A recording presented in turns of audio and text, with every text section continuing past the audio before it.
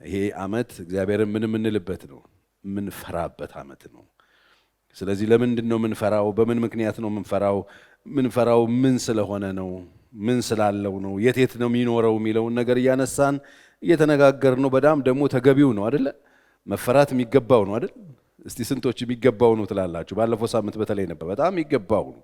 በጣም ትልቅ አምላክ ነው፣ የተገባው ነው። ለዚህ ነው መጽሐፍ ታርደሃልና ይገባሃል አሉ መላእክት።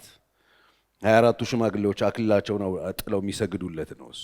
እልፍ አላፍ መልአክ ቅዱስ ቅዱስ ብለው የሚዘምሩለት ነው። ለምን ሲባል ይገባሃል፣ ይገባሃል፣ ታርደሃልና ከነገድና ከቋንቋ ሕዝብን ዋጅተሃልና ይገባሃል። ዝማሬው ይገባሃል፣ መፈራቱ ይገባሃል፣ ውዳሴው ይገባዋል። እኔና እናንተ የምናመልከው አምላክ የሚገባው አምላክ ነው። ዛሬም በጣም ትንሽ ነገር በሱ ዙሪያ እንነጋገራለን። በጣም ትልቅ አምላክ ነው የምናመልከው። ሁለት ጥቅሶችን ላንብብላችሁና የምንፈራበትን ምክንያት እግዚአብሔር በመፍራታችን የምናተርፈውን ትሩፋቱ ምን እንደሆነ የተወሰነ ነገር ነግራቸዋለሁ። እንኳን ደስ አላችሁ። የመጀመሪያ ዙር የማስታወቂያ ዋጋ ከ30% ቅናሽ ጋር በመሃል ፒያሳ አራዳና ወዳጅነት ፓርክ ፊት ለፊት ለሽያጭ ክፍት ሆነ። ከ15 ዓመት በላይ በዘርፉ ትልቅ ልምድ ያካበተው ሜሪት ፕሮፐርቲስ ቀድመው ለሚመዘገቡ ሰዎች ባለ 1 መኝታ 10% ቅድመ ክፍያ 500 ሺህ ብር፣ ባለ 2 መኝታ 840 ሺህ ብር፣ ባለ 3 መኝታ 1.207 ሺህ ብር ከ40% የባንክ ብድር ጋር ማግኘት ይችላሉ። ይህ ብቻ በልዩነት ለ20 ደንበኞቻችን ታላቅ ቅናሽ እና ለቤተሰብ አሊያም በቡድን ሆነው ለሚገዙ ደንበኞቻችን ልዩ የቤተሰብ ቅናሽ አቅርበናል። ፈራሽ ባለው ስልክ ይደውሉልን። ሜሪት ፕሮፐርቲስ። መክብብ ምዕራፍ 11 ቁጥር 9 በጣም የሚታወቅ የመጽሐፍ ቅዱስ ክፍል ነው። አንተ ወጣት በወጣትነት ጊዜ ደስ ይበልህ፣ በወጣትነት ዘመን ልብህ ደስ ያሰኝህ፣ የልብህን መንገድ በዓይንህ የሚያየውን ሁሉ ተከተል። የልብህን መንገድ በዓይንህ የሚያየውን ሁሉ ተከተል። ነገር ግን እነዚያ ነገሮች ሁሉ እግዚአብሔር ወደ ፍርድ እንደሚያመጣህ እወቅ። አንተ ጎልማሳ፣ አንተ ወጣት በጉብዝና ወራት ፈጣሪን አስብ የሚለው ሐሳቢያ ነው። ስለዚህ በዓይንህ በልብህ እንዳለ ሁሉ አድርግ። ደግሞ መጨረሻ ላይ እንደምትጠየቅ ደግሞ አብረህ እወቀው። ጉልበት አለኝ፣ ኃይል አለኝ፣ ጊዜ አለኝ፣ ገንዘብ አለኝ ምናምን ብለህ የምታደርገው ነገር በሙሉ ተጠቅሎ ተጠያቂነት እንዳለበት ደግሞ እወቅ። እንዳትረሳው። እግዚአብሔር ወደ ፍርድ እንደሚያመጣው፣ እግዚአብሔር እያንዳንዱን ነገር ሂሳብ ሰርቶ በፊት እንደሚያቆመው እንደምትገናኙ እንዳትረሳ ይላል ሰለሞን። እወቅ። ስለዚህ የጭንቀት ከልብህ አርቅ፣ ክፉ ነገርም ከሰውነት አስወግድ፣ ወጣትነትና ጉብዝናህን ከንቱ ናቸውና ይላል። ስለዚህ ጭንቀትን ከልብህ አርቅ። እስቲ ጭንቀትን ከልብ ያርቃለሁ ብሉ። ግድ የላችሁም፣ ጭንቀትን ከልብ ያርቃለሁ ብሉ። አትጨነቁ። ምክንያቱም እሱ ለዚህ ነው አትጨነቁ። ሁሉ ነገር ፍጻሜ ስላለው አትጨነቁ። ጭንቀትን ከልብ አርቅ፣ ክፉ ነገርንም ከሰውነትህ አርቅ፣ አስወግድ። ክፉ ነገር በሰውነታችሁ የምትለማመዱ ሰዎች አርቁ፣ አስወግዱ። አሁን እሱን የሚያስወግድላችሁን ትምህርት ነው እየተማርን ያለው። እግዚአብሔርን መፍራት ነው እሱን የሚያስወግዱ። ስለዚህ ክፉ ነገር ሰውነታችሁ ላይ የምትለማመዱ ሰዎች፣ ህይወታችሁ ላይ የምትለማመዱ ሰዎች፣ ኑሯችሁ ላይ የምትለማመዱ ሰዎች እሱን አስወግዱት፣ ይቅርባችሁ፣ አስወግዱት። ጉብዝናህን ደግሞ ከንቱ ናትና ወጣትነትም እንደሚያልፍ ወቀው ነው የሚለው። ለምንድን ነው ታዲያ ይሄንን የምትነግረን ፓስተር ቸሬ ካላችሁ፣ በጉብዝና ወራት ፈጣሪ እንድታስቡት፣ አሁን እግዚአብሔርን እንድታስቡት። በተለይ ወጣቶች እዚህም ሌላም ቦታ ሆናችሁ የምትሰሙ እግዚአብሔርን ብታስቡት በጣም ጥሩ ነው። ይሄንን ሊነግራችሁ የሚችል ሌላ ሰው የለም። ይሄንን አሁን በዚህ ሰዓት ሊያወራላችሁ የሚችል የለም። ሌላ ምንጭ የለም ያለ እግዚአብሔር። እሱ ነው ነጋችንን የሚያውቀው፣ መንገዳችንን የሚያጠና፣ ነጋችን የዘመናችንን ቁጥር በእጁ ያዘው። አንተ ሰው በጉብዝና ወራት ፈጣሪን አስበው፣ ግድ የለህም በልብ ያለውን ነገር ሁሉ አድርገው፣ ግን ተወራርዶ ሂሳብ እንደሚከፈልህ እንዳትረሳ እወቀው ይላል። ስለዚህ እግዚአብሔርን መፍራት ያስፈልጋል ነው በጥቅሉ። ስለዚህ ሁሉም ነገር ማለፉ ስለማይቀር እግዚአብሔር የምትፈሩት ጥሩ ነው። መጽሐፍ ቅዱስ ዕብራውያን ምዕራፍ 11 ቁጥር 7 ኖህ ገና ስለማይታየው ነገር እግዚአብሔርን ፈርቶ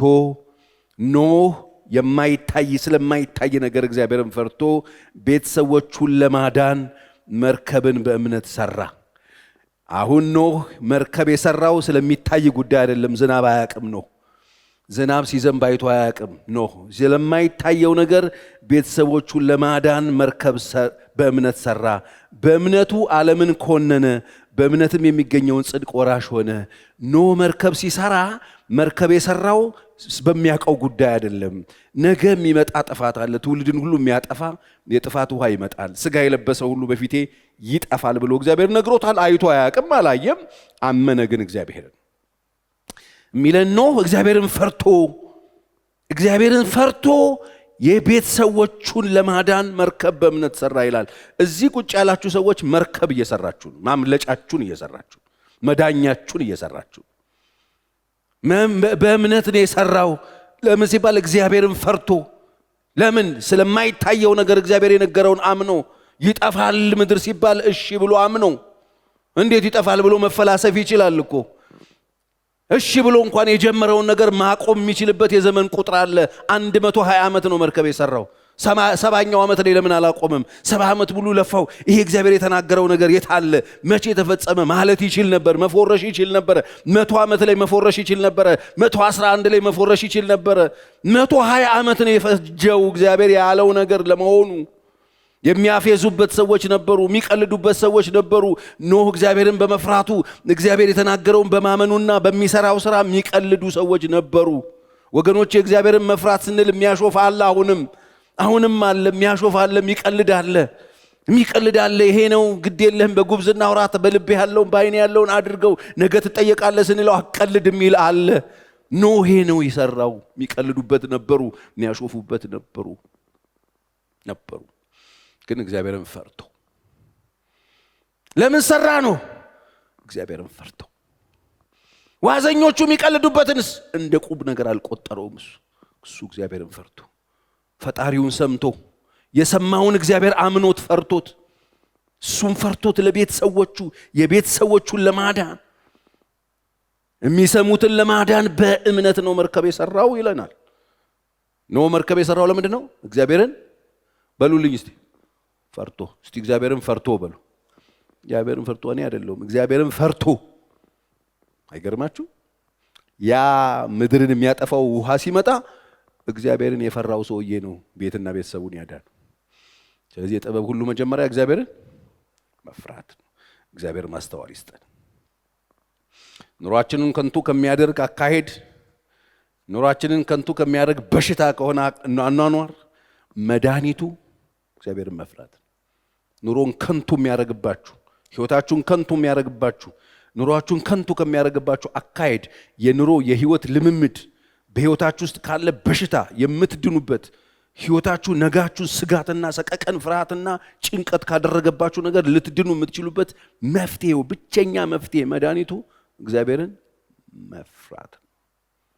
እግዚአብሔርን መፍራት። ትውልዱ እግዚአብሔርን መፍራት አለበት። እግዚአብሔር የሚባል አምላክ አለ። ዱካው የማይታወቅ፣ እርምጃው የማይታይ፣ በርሳ አንኳኳ የሚገባ፣ ጣራ የማይነድል፣ አልፋና ኦሜጋ በዘመናት መካከል የለህም ሲሉት የለህም ያሉትን ጉድጓድ እየከተተ የኖረ፣ አትችልም ሲሉት አትችልም ያሉት በሙሉ ጉድጓድ ሲገቡ ሕያው ሆኖ የኖረ፣ ኃያል ነን ሲሉ ኃያልነታቸው ተሰብሮ ኃያል ሆኖ የኖረ፣ የለም ሲሉት የለም ያሉትን አጥፍቶ ብቻውን የሚኖር አምላክ ነው እግዚአብሔር። ፍሩት። በጣም ትልቅ ነው። እግዚአብሔርን ፍሩት።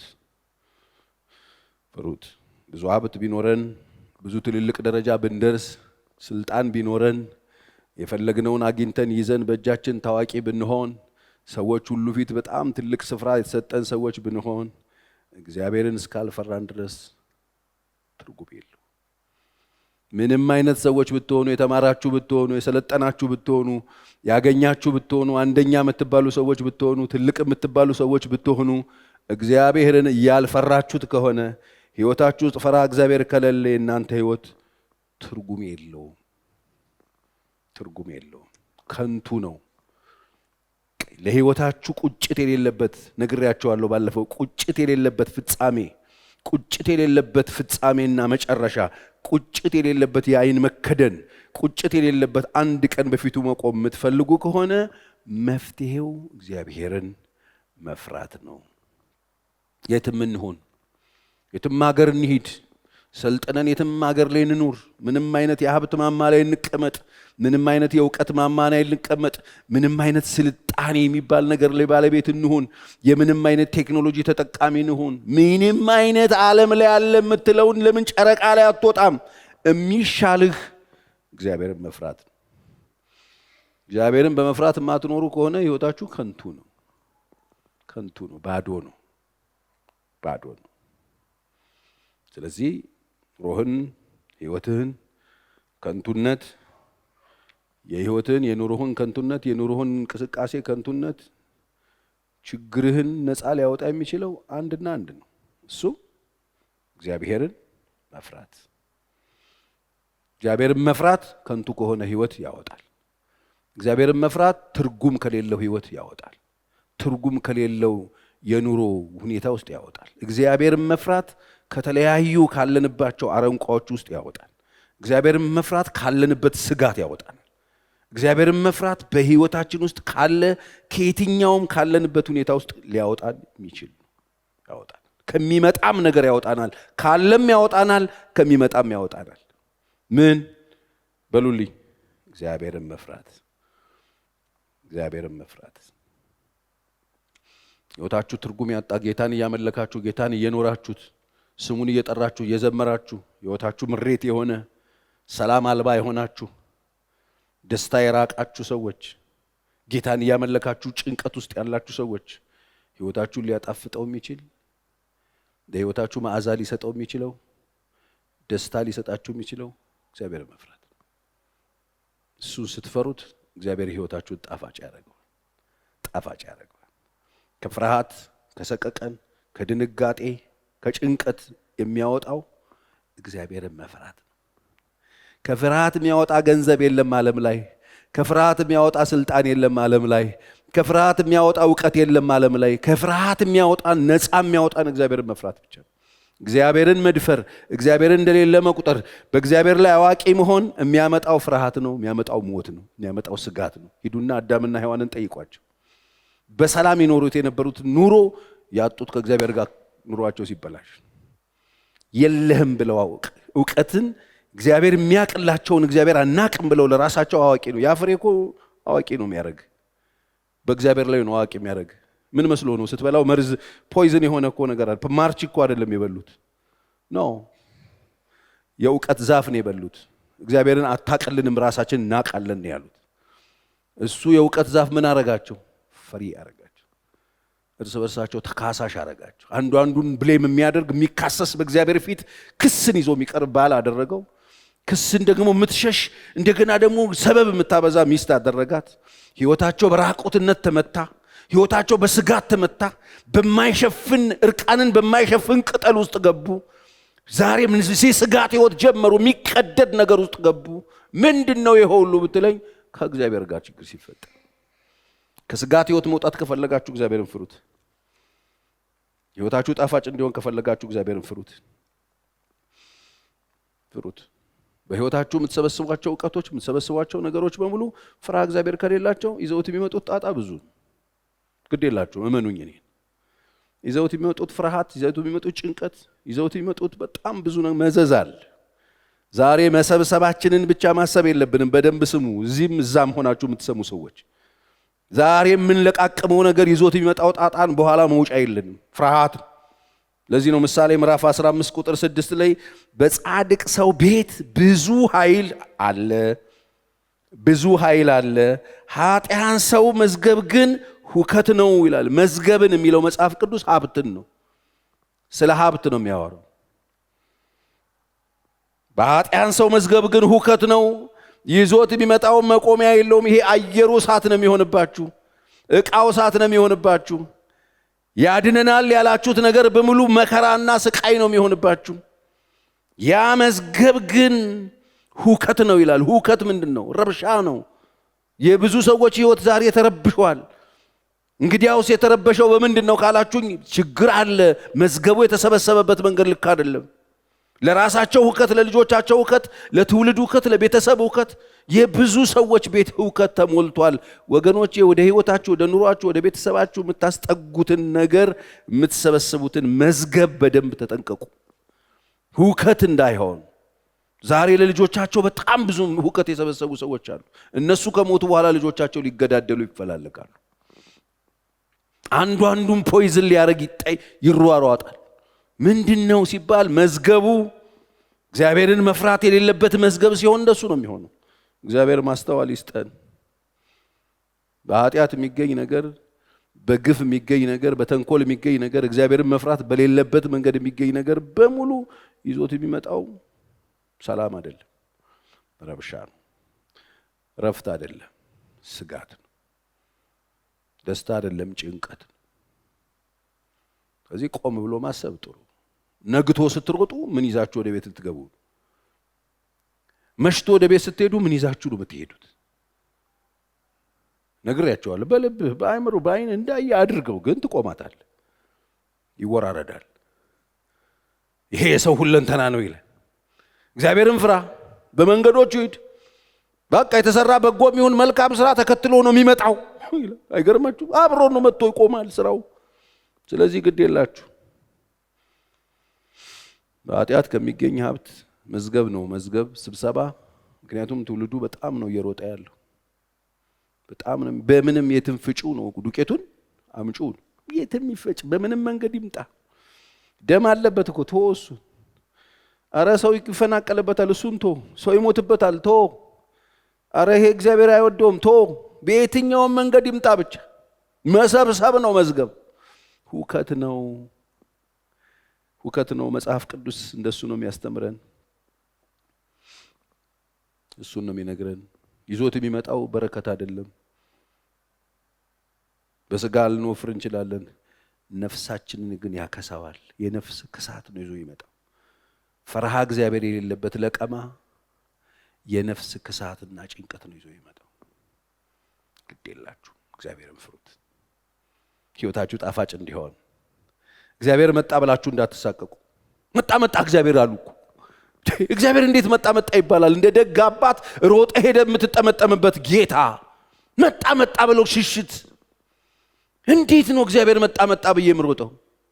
መጣልኝ የምንለው ጌታ አሁን ኢየሱስ ክርስቶስ መጣልኝ የምንልበት ጊዜ ነው ወይ? መጣ መጣ ብለን የምንሮጥ ከሆነ ችግር አለ ማለት ችግር አለ ማለት ነው። ምክንያቱም አለቃቀማችን ችግር አለበት ማለት፣ አወጣጥ አገባባችን ችግር አለበት። ፈራህ እግዚአብሔር የለውም ማለት። መጣ መጣ ብለው ክትክት ዛፍ ስር ተደበቁ። ማ እግዚአብሔር። ለምን? ችግር አለ፣ ሁከት አለ፣ ሰላም የለም፣ ደስታ የለም፣ ኮንፊደንስ የለም፣ ጭንቀት ነው፣ ፍርሃት ነው፣ ሁከት ነው፣ ስጋት ነው። ስለዚህ ብቸኛ መድኃኒት ከስጋት የሚያወጣ ከመከራ የሚያወጣ ከጭንቀት የሚያወጣ ከድንጋጤ የሚያወጣ ከነገ ስጋት የሚያወጣ ብቸኛው መንገድ ፈራህ እግዚአብሔር ያርግልን። ከዛሬ ጀምሮ እሱም በመፍራት እግዚአብሔር ይባርካችሁ። ይሄን በረከት በደንብ አሜን ብላችሁ ሰዱት። የነፍስ ክሳት ያመጣል። ኢሳይያስ 33:6 የዘመንህም ጸጥታ የመድኃኒትህ ብዛት ጥበብና ዕውቀት ይሆናል፣ እግዚአብሔርን መፍራት መዝገቡ ነው ይላል። ሀብቱ እግዚአብሔርን መፍራት ነው። እስቲ ከዚህ በኋላ እንደው ስራ የለም፣ ሀብት መሰበሰብበት እድል የለም፣ ገንዘብ ማገኝባቸው ኮኔክሽኖች የሉኝም፣ እንደው እንደ ሰው ሀብታም ሆኜ የምቆጠርበት ቦታ ላይ አይደለም ያለሁት፣ ብዙ ስራም የለኝም፣ ገንዘብ ላገኝ የምችልበትና እንደ ሰው ባለጠጋ መሆንበት መዝገብ መሰበሰብበት እድል የለኝም የምትሉ ሰዎች እግዚአብሔርን ፍሩት። በቃ ከዛሬ ማታ ጀምሮ ባለጠጋ ሁኑ። አሜን። ሀብት የማይጠፋ ሀብት፣ በቃ ሀብት፣ ብቸኛ ሀብት፣ ኮኔክሽን አያስፈልገውም። ይኸው ነገርኩ፣ ውሰደው። ይኸው መጽሐፍ ቅዱስ እግዚአብሔርን መፍራት መዝገቡ ነው፣ ሀብቱ ነው። እግዚአብሔርን መፍራት ሀብት ነው ወገኖች፣ ሀብት ነው። አባቶችን ስትሄዱ እግዚአብሔርን መፍራት ሀብታቸው ነበር፣ ለልጆች ያወረሱት እሱን ነው። ለአባቴ አብርሃም አምላክ የይስሐቅ ፍርሃት ከኔ ጋር ባይሆን ሀብት ነው። ያድናል፣ ተከትሎ ትውልዳችንን ያድናል፣ ተከትሎ ልጆቻችንን ያድናል። ምንድን ያዳን? የአባቴ የአብርሃም አምላክና የይስሐቅ ፍርሃት ነው ይላል። ፍርሃት ነበራቸው፣ እግዚአብሔርን ያከብሩታል እግዚአብሔርን። ስለዚህ ግድ የላችሁም ይሄን መዝገብ ይኖራችሁ ቤታችሁ። አሁን ይሄ ሌባ ቆፍሮ የማይወስድባችሁ መዝገብ ምን በሉልኝ? እግዚአብሔርን መፍራት ሀብት ነው፣ እሱ መዝገብ ነው እሱ። ዋው! እግዚአብሔርን መፍራት ምሮስ እሱን ማክበር፣ እሱን መውደዳችንን እናሳይበት። እግዚአብሔርን መፍራት ምንድን ነው? እሱን ማክበራችን፣ እሱን እንደምንወደው የምናሳይበት መንገድ። የትም መቼ ሁሌ ሀብታችን። የዮሴፍ ሀብት እሱ ነበር። ታውቁታላችሁ። ወጣቱ ዮሴፍ በ17 ዓመቱ ነው ራእይ ያየው። ትርጉም ከፈለጋችሁ ለህይወታችሁ ትርጉም ከፈለጋችሁ እግዚአብሔርን ፍሩት። ትርጉም ከፈለጋችሁ ህይወታችሁ ብትፈሩት፣ ጌታን ብትፈሩት በቃ ባለጠጋ ናችሁ፣ ሀብታም ናችሁ። ኤኒ ታይም እግዚአብሔር ከእናንተ ጋር አለ። ኤኒ ታይም ከእናንተ ጋር ሀብታችሁ አይኖርም፣ እውቀታችሁ አይኖርም። ወቁ። ሀብታችሁ በተለያየ መንገድ ሌባ ቆፍሮ ሊወስደዋለው መጽሐፍ ቅዱስ። ሌባና ዝገት የማይሰርቀው የተባለው እኮ ይሄኛው ይጠፋል፣ ይወረስባቸዋል፣ ይወስዱባቸዋል፣ ይነጥቋቸዋል። የጉልበተኛ ዓለም ነው። ጉልበተኞች ይወስዱባቸዋል፣ ያቃጥሉባቸዋል፣ ከፈለጉ ይነጥቋቸዋል። እውቀትም እንዲሁ። እውቀትን ደግሞ ሌላው አይነጥቅብህም፣ ኮብልስቶን ሊነጥቅህ ይችላል። ተንሸራተ ወድቀህ ስትነሳ የለም ባዶ ነው የምትሆን። ስምህን የማታቅሰው ልትሆን ትችላል። ሀሌታዋ ትጠፋብሃለች። እውቀትም ከንቱ ነው። የምትመኩባቸው ነገሮች በአንድ ጀንበር ልም ብለው ሊጠፉ ይችላሉ። ፍጹም ደስተኛ መሆን ከፈለጋችሁ፣ በጸጥታ መኖር ከፈለጋችሁ፣ ማይነጥቅ ማይጠፋ ሀብት ከፈለጋችሁ እግዚአብሔርን ፍሩት። ይሄን ሌባ የማይወስደው ሌላ ጉልበተኛ የማይወስደው። ክብር ለኢየሱስ ይሁን። ሁልጊዜ እግዚአብሔር ዮሴፍ እንደሱ ነው። ወንድሞቹ ጃኬቱን መውሰድ ይችላል፣ ካፖርቱን መውሰድ ይችላል። አባቱ የገዛለትን ብልጭልጭ ካፖርቱን ወሰዱበት። ጉልበተኞች ወሰዱበት፣ ምቀኞች ወሰዱበት። ከአባቱ ጋር ወንድሞቹ ለዩት፣ ግፈኛ ወንድሞቹ ለዩት። ጉድጓድ ጥለው ጣሉትና ሸኙት፣ ሸጡትና አርቀው ጣሉትና ሰፈሩን ወስደውበታል፣ አባቱን ወስደውበታል፣ ጃኬቱን ወስደውበታል፣ ትውልድ ቦታውን ሀገሩን ወስደውበታል። ሁሉንም ሰው ወስዶበት። እግዚአብሔርን መፍራት ግን ማንም አልወሰደበት። እስማኤላውያን ነገሮች ወስደው ጴጢፋራ ቤት ተሽጦ ሲገባ እግዚአብሔርን መፍራቱን ከሱ ውስጥ መውሰድ አልተቻለም። ጃኬቱን መውሰድ ትችላለህ፣ የሆነ ነገሩን መውሰድ ትችላለህ። ይሄንን ግን መውሰድ አልተቻለም። ምክንያቱም እሱን ነበር ልትነጥቅ የነበረው የጴጢፋራ ሚስት። እናንተኛ አለችው ይላል። ከአንድም 2-3 ጊዜ ዘበዘበችው ይላል። ሂዱና አንብቡ ዘፍጥረት 39። እና አብረን እንተኛ አለችው። ኖ አለ። ምን ነው ኖ? እንዴት? ምን ችግር አለው? አንተ ወንድ አይደለህ እንዴ? ወንድ ነኝ። አዎ። ታዲያ ምን ችግር አለው? ባለቤት የለም አይመጣም፣ ይሄው መኝታው ምናምን አስብ፣ ቤተ መንግስት ነው ያማረ ቦታ። ኖ ለምንድን ነው የማናረገው? ኖ እንዴት አድርጌ በሱ ፊት ይላል። ፍራ እግዚአብሔር ማለት ይሄ። ሰፈር የለው፣ ቀበሌ የለው፣ መንደር የለው፣ በሁሉ ስፍራ እግዚአብሔር አለ። ደሞ እኮ ባለቤትሽ የቤቱን ቁልፍ ሁሉ ሰጥቶኛል። እንዴት አድርጌ ነው እሱንስ ምበድለው? አያችሁ፣ ፍራ እግዚአብሔር የትም ነው የሚሰራው። ሀገር ስትለቅ ቤትን ይዛት ትሮጥ፣ ቤትን ይዛት ትሄድ፣ ፍራንክን ሁሉ ይዛት ዞር፣ አለኝ የምትለውን ዕቃ ይዛት ዞር። አዞርም ሌላ ሁሉ የለም። አሁን ካንተ ጋር ምን አለ? እዚህ ቁጭ ብላችሁ አሉላችሁ። ምን አለ ከእናንተ ጋር? ምንም የለም። አሁን እዚህ ጋር ሁሉ ነገር ዝክትክት ቢል እኮ አለቀ በቃ። ይሁን እዚህ ያለ አላችሁ ወይ? እግዚአብሔር መፍራት እሱ ነው ሀብታችን፣ መዝገባችን። ሌባ የማይወስደው፣ ክፋት የማያጠፋው፣ ጦርነት የማያጠፋው፣ ሁልጊዜ ከኛ ጋር የሚኖር አንድ ቀን እዛ የምንገናኝበት፣ አብረን ስንቆም የምንጨበጥበት ምን? እግዚአብሔርን መፍራት። በእግዚአብሔር ፊት እንዴት አድርጌ አላት። እንዴት አድርጌ በሱ ፊት የት አለ እሱ? ለፍጥረታዊ ሰው ይሄ አይገባም። ምን ታካብዳለህ? ሰው ሁሉ ነው የሚያደርገው። ምን ችግር አለው? ኖ ምን ያላረገውም። ለምን? አላህ። እግዚአብሔርን መፍራት ማለት ስፍራ የለው ቦታ የለው፣ በሁሉ ስፍራ በሁሉ ቦታ ሁሉ ጊዜ እሱ አለ ብሎ ማመን፣ መውደድ፣ ያከበሩት መኖር። ብራዘር መቅለስለስ አይደለም። እዚህም አለ፣ ቤታችሁም አለ፣ እዚህም አለ፣ ስራ ቦታችሁም አለ። በቃ ኑሯችሁ፣ ሀብታችሁ፣ መዝገባችሁ እግዚአብሔርን መፍራት ይሁንላችሁ። እስቲ አሜን። አገር ስትቀየር የለም አይደል? ኢትዮጵያ የሌለበት ሰፈር የለም አይደል? ዓለም ምናምን ስትዞር ብቻ ነጫጭ ምናምን ሰው ይችላል፣ ዘመድ የሌለበት አጎቴ የሌለበት የለም አይደል? እግዚአብሔር ይሄ ነው ችግሩ ይሄ ነው። እግዚአብሔርን መፍራት መዝገብ ሲሆን፣ ሀብት ሲሆን፣ ሰፈርም አለ፣ ቀበሌም አለ፣ ቤትህ አለ፣ ከሀገር ውጭ አለ፣ ግርጥቅ አለ፣ የትም አለ፣ ሰማይም አለ፣ ምድርም አለ። ለዚህ ነው እኮ ወደ ሰማይ ቦት አንተ በዚያ አለ፣ ወደ ሲኦል ቦርድ አንተ በዛ ትገኛለህ። አምላኬ ሆይ አለ። ወገኖቼ እግዚአብሔር በአንድ ጊዜ በሁሉ ስፍራ የሚገኝ አምላክ ነው። እሱ መውደድ ነው እግዚአብሔርን መፍራት። እሱን እያከበሩ መኖር ነው እግዚአብሔርን መፍራት። እሱ አለ ብሎ እውቅና ሰጥቶ መኖር ነው እግዚአብሔርን መፍራት። ይሻልን እሱ። እግዚአብሔር ይርዳን። ዮሴፍ ህይወት ውስጥ ያለው ሀብት ይሄ ነው። ዘወትር ኑሮም እግዚአብሔር ታዲያ ጣለው? እግዚአብሔር አልከፈለው? ሀብቱ አልሆነም? እግዚአብሔር ይመስላል ለጊዜው የተጣለ ነው ይመስለው። እግዚአብሔርን ፈርታችሁ ስትኖሩ ለጊዜው ኃጢአተኞች፣ አመፀኞች የሆነ ነገር ምናምን ሰርተው ትራፕ ተደርጎ በማስረጃ በጃኬቱ ተይዞ ተከሱቆ ገብቷል ወይኒ ቤት። በሰዎች አይን ዮሴፍ የወደቀ ነው የሚመስለው። ግን የሚገርማችሁ ዮሴፍ ወይኒ ሲጣል አብሮት የገባው እግዚአብሔር አለ፣ ከሱ ጋር ነው ያለው። በምን አወቅ? ህልመኞች ህልም አለሙ። ህልም የሚያሳይ እሱ አይደለ? ህልም አዩና ህልም ይዟቸው ሲጨነቁ ሲተክዙ አገኛቸው። ምን ሆናችሁ ነው አላቸው። ህልም አየን ተጨነቅን። ሁለቱም የንጉሱ አገልጋዮች ናቸው። አንዱ እንጀራ አሳላፊ፣ አንዱ ጠጅ ቀጂ ነው። ከዛ ምንድነው አላቸው። ህልማቸውን ነገሩት። ህልምን ይፈታ እኮ እሱ ነው አላቸውና ህልሙን ፈታ። ህልሙን በሱ ውስጥ ሆኖ የሚፈታው ማን ነው? እግዚአብሔር። አብሮት ነው ያለው ወይኒ ቤት፣ አብሮ ነው የታሰረው።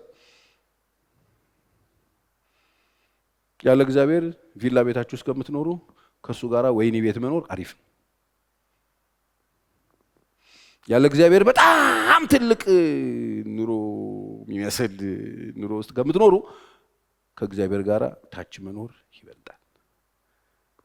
እግዚአብሔር ነው የህይወትን ድምቀት የኑሯችን ጣዕም እሱ ነው። ለዚህ ነው አትሳቱ አለ። የሰው ህይወቱ በገንዘቡ ብዛት አይደለምና ከመጎምጀት ተጠበቁ። አየህ፣ አንድ ነገር በጣም ሲኖረን በጣም ኑሮ አለኖር። እግዚአብሔርን ፍሩት፣ እሱ ሀብታችሁን። አሜን። እሱ ሀብታችሁን። ዮሴፍ እሱ ነው። የሚፈራ ሰው ሁል ጊዜ በስፍራ ሁሉ የሚያየውም አለ የሚያየውም የለም፣ ሁል ጊዜ እግዚአብሔርን እየፈራ ነው የሚኖረው። ፓስተር ያለበት አካባቢ መንቀጥቀጥ፣ ፓስተር የሌለበት አካባቢ የሆነ ነገር መሆን አይደለም። የሆነ የሚያውቁን ሰዎች ያሉበት ቦታ ሌላ ምን ኖ፣ በቃ ሁሉ ቦታ እግዚአብሔር አለ የለም። ስንቶች እስቲ እግዚአብሔር በሁሉ ስፍራ ይገኛል የምትሉ ልጆቻችሁ ከፍ አድርጉ። በጣም ጥሩ። ስለዚህ በሁሉ ስፍራ ይገኛል ማለት ነው። ስለዚህ በሁሉ ስፍራ የሚገኝ ከሆነ በሁሉ ስፍራ ነው የምናከብረው ማለት፣ በሁሉ ስፍራ ነው የምንፈራው ማለት፣ በሁሉ ስፍራ ነው አለ ብለን የምናምነው ማለት። በምንም አይነት ሁኔታ ውስጥ ስንሆን እግዚአብሔርን እንድንፈራው እግዚአብሔር ይፈልጋል። ዘሌዋውያን ምዕራፍ 19 ቁጥር 14 በጣም የሚገርም የመጽሐፍ ቅዱስ ክፍል። ይሄን ላንብብላችሁና እንደዚህ ይላል መጽሐፍ፣ ደንቆሮውን አትስደብ፣ እውሩንም በእውሩም ፊት እንቅፋት አታድርግ። ደንቆሮን አትስደብ፣ በእውሩም ፊት እንቅፋት አታድርግ። ነገር ግን አምላክህን ፍራ፣ እኔ እግዚአብሔር ነኝ ይላል። ምን ማለት ነው? ደንቆሮውን አትስደበው። ምን ችግር አለው ብሰድበው? አይሰማም አይደል እንዴ? ደንቆሮውን ብሰድበው ምን ችግር አለው? አይሰማኝ። አይሰማም ብለህ አትስደብ። ለምን? የደንቆሮ ጆሮ እኔ ነኝ። አይሰማኝም ብለህ አታድርገው። ፍራው እግዚአብሔርን። ደንቆሮን አትስደበው። እንዴ ደንቆሮ የማይሰማው ምን ችግር አለው ቢሰደብ? ነው ለደንቆሮ ጆሮ እግዚአብሔር ስለሆነ፣ ለማይሰሙ ሰዎች ጆሮ እግዚአብሔር። በእውሩ ፊት እንቅፋት አታ እውር የት ያየኛል? እኔ እንቅፋት ባስቀምጥበት ምን ችግር አለው? ነው ለእውሩም አይኑ ነኝ። ምንድን ነው እየነገረን ያለው? ረፉ። ደካማ ነው ብለህ ደካማን አትግፋው። ለምን? ለደካማው ኃይሉ እኔ ነኝ። የእውሩ አይን እኔ ነኝ። እሱ ባያይህ እኔ አያሃለሁ። ደንቆሮ ባይሰማህ እኔ እሰማሃለሁ። የምትለውን አዳምጣለሁ። አቅመ ደካማውና ምስኪኑን፣ ችግረኛውና የተገፋውን ድሃውንና ምስኪኑን አትጉዳው። ለምን? እኔ ያለሁለት ለሱ ቆያለ ያለው እግዚአብሔርን ፍራ፣ እግዚአብሔር ነኝ ይላል። ስለዚህ ይህን አታድርጉ። ሰው አየኝ አላየኝ አትጫወቹ ማለት ነው። እውሮ አላየም እኮ ብናደርገው ግን እግዚአብሔር ያያል። ደንቆሮ አይሰማም እኮ ግን እግዚአብሔር እየነገረን ያለው ፍራ፣ አየኝ አላየኝ አትጫወቱ፣ ተሰማው አልተሰማው አትጫወቱ። እግዚአብሔር ይሰማል። በሹክሹክታ የምታወሩት ነገር በሚዲያ በማስ ሚዲያ ይወጣል ነው እኮ እያለ ያለው። ስለዚህ የምናደርገው ነገርን ስናደርግ በእግዚአብሔር ፊት ነው የምናደርገው። እግዚአብሔር ያያል፣ እግዚአብሔር ይሰማል። ለዚህ ነው እናንተ ደንቆሮች፣ እናንተ እውሮች ዓይንን የሰራ አያይም፣ ጆሮን የሰራ አይሰማም። እንዴት አድርጋችሁ ነው ያሰባችሁኝ ይላል። እንዴ ዓይን ተሰርቶልሃል ያያል እሱ፣ ጆሮ ሰጥቷል ይሰማል እሱ ነው እያለን ያለው። እግዚአብሔርን መፍራት ሀብታችን ነው፣ መዝገባችን ነው፣ የቤተ ክርስቲያን መዝገቧ ነው። ክብር ለኢየሱስ ይሁን። እግዚአብሔርን ፍሩት፣ ደስተኛ ትሆናላችሁ። እግዚአብሔርን ፍሩት፣ ከስጋት ትወጣላችሁ። እግዚአብሔርን ፍሩት፣ በነፃነት ትኖራላችሁ። እግዚአብሔርን ፍሩት፣ በሁሉ ስፍራ የእናንተ ስፍራችሁ ይሆናል። ከፍታም ዝቅታም ልዩነት የለውም እናንተ ጋር። እግዚአብሔርን ስትፈሩት ውጭም ውስጥም ልዩነት የለውም። ዮሴፍ ጲጥፋራ ቤትም አለ እግዚአብሔር ጋር ነው፣ ወይኒ ቤትም ከእግዚአብሔር ጋር ነው። ስታወጣውም ከእግዚአብሔር ጋር ነው፣ ስታስገባውም ከእግዚአብሔር ጋር። ይሄ ህይወት የዚህ የመዝገቡ ወይም ደግሞ የሀብቱ ባለቤት መሆንን ይጠይቃል።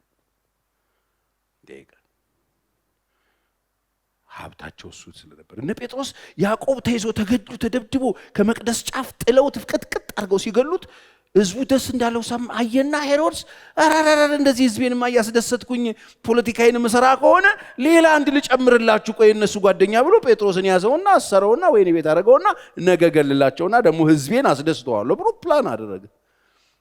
እንዴ ይሄ ሰውዬ የተያዘው ለምን እንደሆነ ያውቃል። ወንድሙ ትናንት ሲገደል አይቷል ጓደኛው፣ እሱ ነገ እንደሚገደል ያውቃል። መጽሐፍ ቅዱስ ምን ይላል? ልብሱን አወላልቆ በስነ ስርዓት ተኝቶ ነበር ይላል። እንዴት ይተኛል? ነገ ትገደላለህ ተብለህ ትተኛለህ? ይህንን እንቅልፍ እግዚአብሔር ካልሰጠ ማንም አይሰጥም። ይሄ ሄሮድስ እንቅልፍ አይደለም። ሄሮድስማ ስጋት ነው። ነገ ሞታለሁ እያልክ እየተጨነቅ ማደር ለጥ መልአኩ መጥቶ ጎኑን መጥቶ እስኪ ቀሰቀሰው ድረስ ለጥ ብሎ ይሄ እኮ እንቅልፍ ከእግዚአብሔር ጋር ያለ እንቅልፍ። ዛሬ እንቅልፍ ያጣችሁት ምንድን ነው? ምክንያቱም ብትኖሩ ለእግዚአብሔር ብትሞቱ ለእግዚአብሔር ነው መጽሐፍን የሚነግረን። በህይወት ሆነን ብንኖር ለጌታ እንኖራለን፣ ብንሞት ለማን እንሞታለን? ለጌታ እንሞታለን። ዛሬ እንቅልፎቻችሁን የወሰደባችሁ በህይወታችሁ ላይ የተዘራ ማንኛውም አይነት የአመፃ ዘር የተነቀለ ይሁን፣ በጌታ በኢየሱስ ስም የተነቀለ ይሁን። ጴጥሮስ አይነሳም፣ ጎኑን መታው ይላል። ኳ አረገው ምንድን ልበሳለው ይላል። ልበሳለው ሰውየው እንደ አሁን አልቆ ይተኛል። እንደ አንተ ልበስ ልብስህን ነበሰ ናውጣለው ራእይ የሚያይ መሰለው ይላል መጽሐፍ። ሲሄድ በሩ ሶስተኛው በር ተከፈተ። ከዛ መንገድ ላይ ያደረሰውና ዋና አውራ ጎዳና ላይ ያወጣውና በልቻው ብሎት ሄደ ይላል። ወይ ጉድ! ይኸው ከእግዚአብሔር ጋር ስትሆኑ የትም ትኖራላችሁ፣ በምንም ውስጥ ትኖራላችሁ። የትም ስትኖሩ በምንም ውስጥ ስትኖሩ በድፍረት ትኖራላችሁ፣ በኃይል ትኖራላችሁ፣ በሞገስ ትኖራላችሁ። በደንብ አሜን በሉ። የሆነ ነገር ሲኖራችሁ ፊታችሁ የሚያበራ፣ የሆነ ነገር ስታጡ ፊታችሁ ቢጠወልግ አትሆኑም። አሜን ነው ወይ?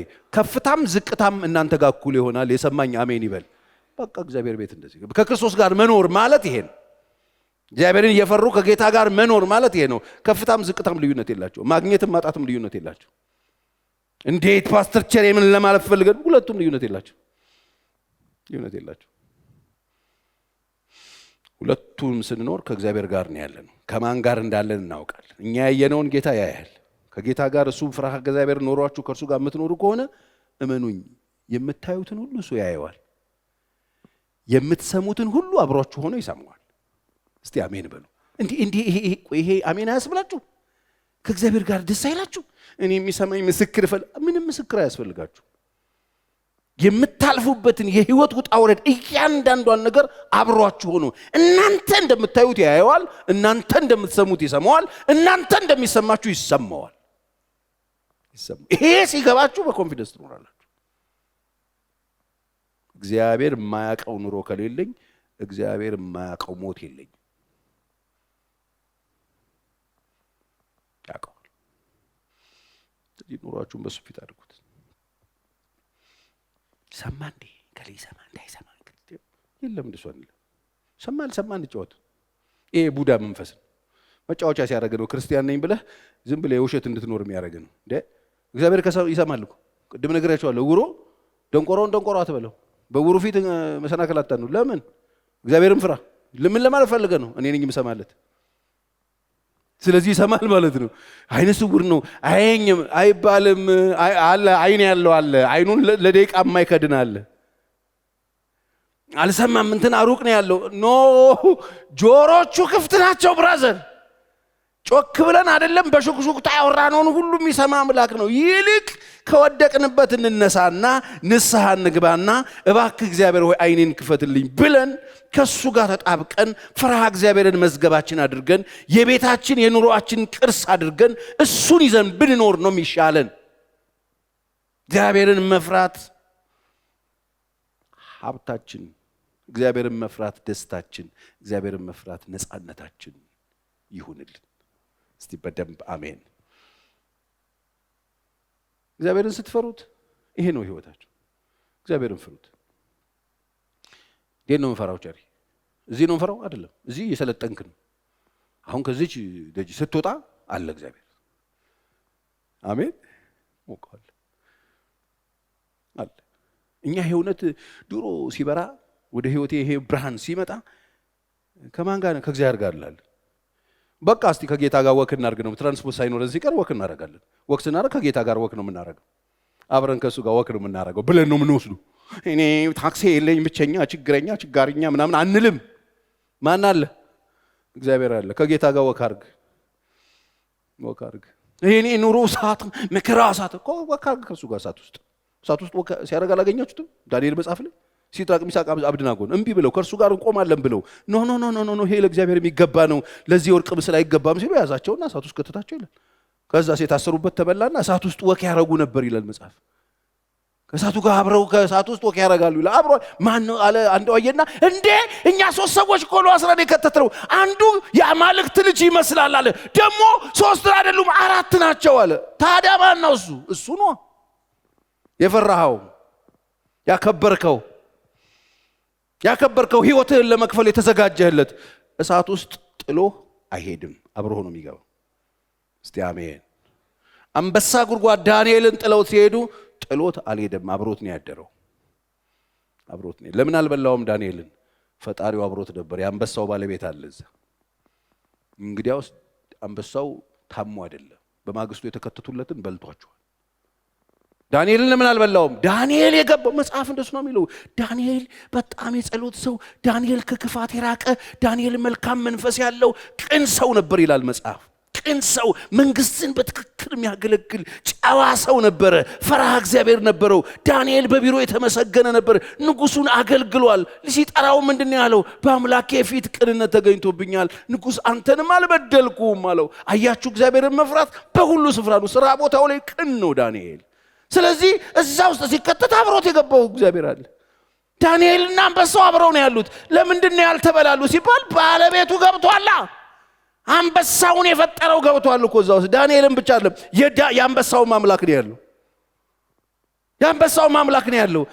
አፒታይቱን የሚከፍተው የሚዘጋውም እኮ አምላክ ነው እግዚአብሔር። አንበሳውን የሚያኖረው የሚገለውም ነው እኮ እዛ ውስጥ ያለው። ማን ነው እሱ? እግዚአብሔር።